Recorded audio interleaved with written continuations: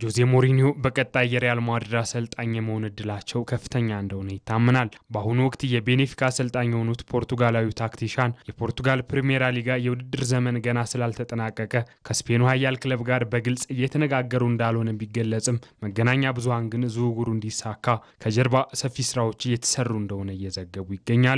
የሪያል ማድሪድ ፕሬዚዳንት ፍሎሬንቲኖ ፔሬዝ ሞሪኒዮ በቤርናባው በነበራቸው የመጀመሪያ የ3 ዓመታት ቆይታ ጀምሮ ትልቅ አድናቆት ያላቸው ሲሆን እስካሁንም ድረስ የጠበቀ ወዳጅነታቸው እንደቀጠለ ነው። ፔሬዝ ሞሪኒዮን በድጋሚ ዋና አሰልጣኝ አድርጎ በመቅጠር በቅርብ ሳምንታት ውስጥ በክለቡና በተለይም በተጫዋቾች መልበሻ ክፍል ውስጥ የታየውን አለመረጋጋት ለመግታት እንደሚፈልጉ ይታመናል። ሞሪኒዮ በበኩላቸው አሁን ላይ ሙሉ ትኩረታቸው ከስፖርቲንግ ሊዝበን ጋር ለሁለተኛነት ደረጃና ለቻምፒየንስ ሊግ ማጣሪያ በሚያደርጉት ፉክክር ላይ እንደሆነ ተናግረዋል። ከፕሬዝዳንቱም ሆነ ከክለቡ አመራሮች ጋር ምንም አይነት ግንኙነት እንዳልነበራቸው የገለጹት አሰልጣኙ ከኤስቶሪል ጋር እስከሚያደርጉት የሊጉ የመጨረሻ ጨዋታ ድረስ ከማንም ጋር እንደማይነጋገሩ አረጋግጧል። ሆኖም ሞሪኒዮ ሲናገሩ ከዚያ በኋላ ግን ከምፈልገው ሰው ጋር የመነጋገር ነጻነት ይኖረኛል፣ አሁን የሚሰነዘሩ ሀሳቦች ግን ግምቶች ናቸው ብሏል። ይሁን እንጂ ወኪላቸው ጆርጅ ሜንዴዝ በ63 ዓመቱ ፖርቱጋላዊ አሰልጣኝ ስም ድርድር እያደረጉ እንደሆነ መረጃዎች እየወጡ ነው። ምንም እንኳን በማድሪድ እና በቤኔፊካ መካከል እስካሁን ክለብ ለክለብ የተደረገ ድርድር ባይኖርም ስምምነት ላይ ለመድረስ 3 ሚሊዮን ዩሮ የሚጠጋ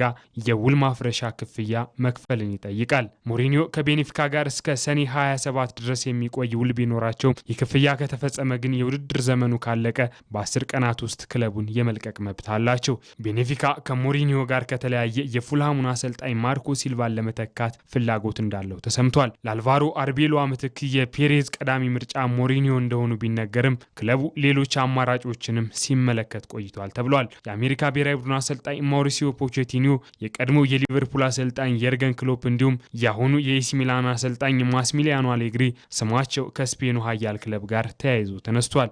የፈረንሳይ ብሔራዊ ቡድን አሰልጣኝ ዲዴ ዴሻምፕም ይገኙበታል። ይሁን እንጂ ማድሪድ ከእነዚህ አሰልጣኞች ጋር ግንኙነት ማድረጉን የሚያሳይ ፍንጭ የለም። ቀጣዩን አሰልጣኝ የመምረጡ ሂደትም በቀጥታ በ79 ዓመቱ ፕሬዝዳንት ፍሎሬንቲኖ ፔሬዝ የሚመራ ነው ተብሏል። ይህም ቻቢ አሎንሶን ለመሾም በዋና ስራ አስኪያጁ አንጅል ሳንቼዝ ተመርቶ በፔሬዝ የጸደቀውን የቀድሞ አሰራር የሚቀይር ነው። ሞሪኒዮ በመጀመሪያው የማድሪድ ቆይታቸው ክለቡን በ2011-12 የነጥብ ሪከርድ በመስበር የላሊጋው ቻምፒዮን ማድረግ የቻሉ ሲሆን በአጠቃላይ 3 ዋንጫዎችን አሳክተዋል። ሪያል ማድሪድ ላለፉት 2 ተከታታይ ዓመታት ታላላቅ ዋንጫዎችን ማሸነፍ ባለመቻሉ ፕሬዝዳንት ፍሎሬንቲኖ ፔሬዝ ፕሮጀክቱን እንደገና ለመገንባት ይፈልጋሉ።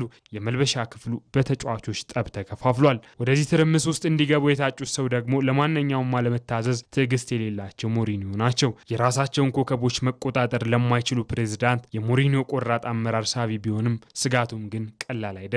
ሞሪኒዮ ላለፉት 11 ዓመታት የሊግ ዋንጫ አላሸነፉም። ካለፉት 6 ኃላፊነቶቻቸው በ5ቱ ተባረዋል ወይም እንዲለቁ ተገፋፍተዋል። በቶተናም በነበሩበት ወቅት የልምምድ ክፍለ ጊዜዎቻቸው አሰልች ነበሩ። ከተጫዋቾች ጋር የነበራቸው ግንኙነትም በጩኸትና በወቀሳ የተሞላ ነበር። በመጨረሻም ክለቡን ለ3 ጎራ ከፍለውት ወጥተዋል። የእርሳቸው ትልቅ ድክመት ዝናቸውና ማንነታቸው አንድ ተቋም ለዘመናት የገነባውን እሴት ይበልጣል ብለው ማሰባቸው እንደሆነ ይነገራል። ሪያል ማድሪድ ደግሞ እንደ ስፐርስ፣ ዩናይትድ ወይም ቼልሲ አይደለም። የራሱ የሆነ ጥልቅ ባህልና የክብር ተዋረድ ያለው ክለብ ነው። ደግሞ ሞሪኒዮ ከ2010 እስከ 2013 በነበሩበት ወቅት ግንኙነቶችን በእጅጉ አበላሽተው ነበር። ያንን ወቅት በራሳቸው አንደበት በጥቃት እየታጀበ ሲሉም ገልጸውታል። የሆነ ሆኖ ሞሪኒዮ ባለፉት 10 ዓመታት ካለፉት ስህተታቸው ተምረው እንደሆነ ባይታወቅም ወደ ማድሪድ የመመለሳቸው ነገር ግን የማይቀር ይመስላል።